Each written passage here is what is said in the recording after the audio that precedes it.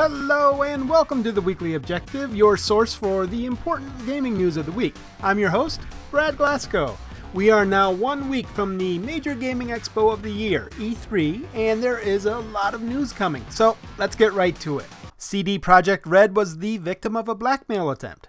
Design documents for their next game, Cyberpunk 2077, were stolen, and the thief demanded ransom or else the files will be released to the public. CD Projekt Red said they would not capitulate to the thief and said that the documents were part of the early design period, and although a lot has changed during the course of the project, they warned against reading these documents should they be released in order to avoid spoilers. I've sent CD Projekt Red a request for more details, and I'll update you if I hear more.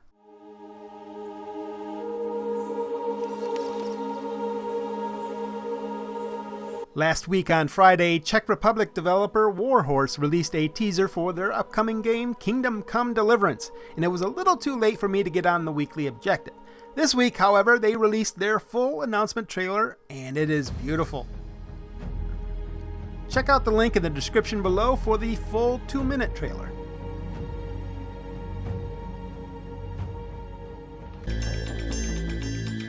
You want to make real money? Dirty little secret for you. It's in arms. Rockstar has put up a trailer for their Gunrunning expansion for GTA Online, which I first talked about 2 weeks ago. Research and manufacturing. The expansion is due next week on Tuesday, June 13th.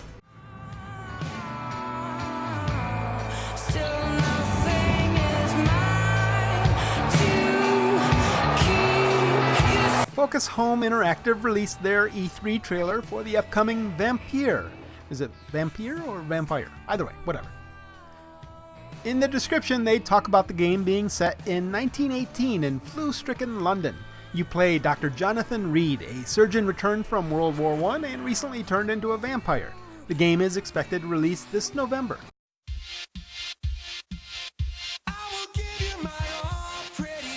Payday II is now available for free on Steam to the first 5 million people who grab it.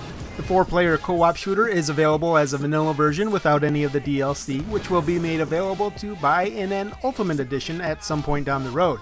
The game gets a 79 on Metacritic from the critics, but it only gets a 3.6 from users. And speaking of good deals, GOG.com is running their summer sale with some fantastic bargains, all free of DRM. Make sure to check them out. Today is their RPG day, so if you don't have The Witcher 3 yet, make sure you get it. What an awesome game. Battleborn has gone free to play, but they are calling it a trial for some reason. The description sure seems an awful lot like a free-to-play game, so there you go. The first-person shooter MOBA-type game has been a pretty big failure for Gearbox Software, so we'll see if they can revive it with a confusing trial/free-to-play model. It's time to start.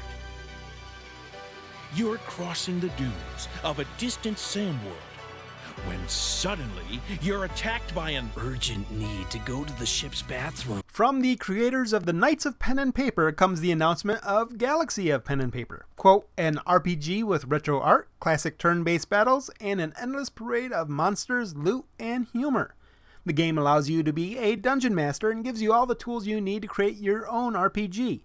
Galaxy of Pen and Paper is set to release in just a few weeks, on July 27th. In the credit where credit is due department, Jason Schreier of Kotaku wrote a decent article talking with anonymous developers behind Mass Effect Andromeda, examining why it was so troubled.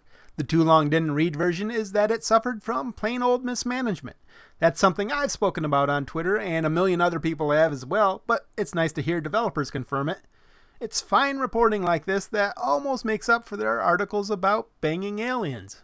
Almost. Valve has now ended Steam Greenlight in favor of Steam Direct, which will launch on June 13th. In a post on the Steam News blog, they detail the process for Steam Direct, where developers will have to submit $100 to get their games reviewed on Steam. If the game sells $1,000 worth, the developer gets the $100 back. In further Valve news, they had yet another writer leave the company.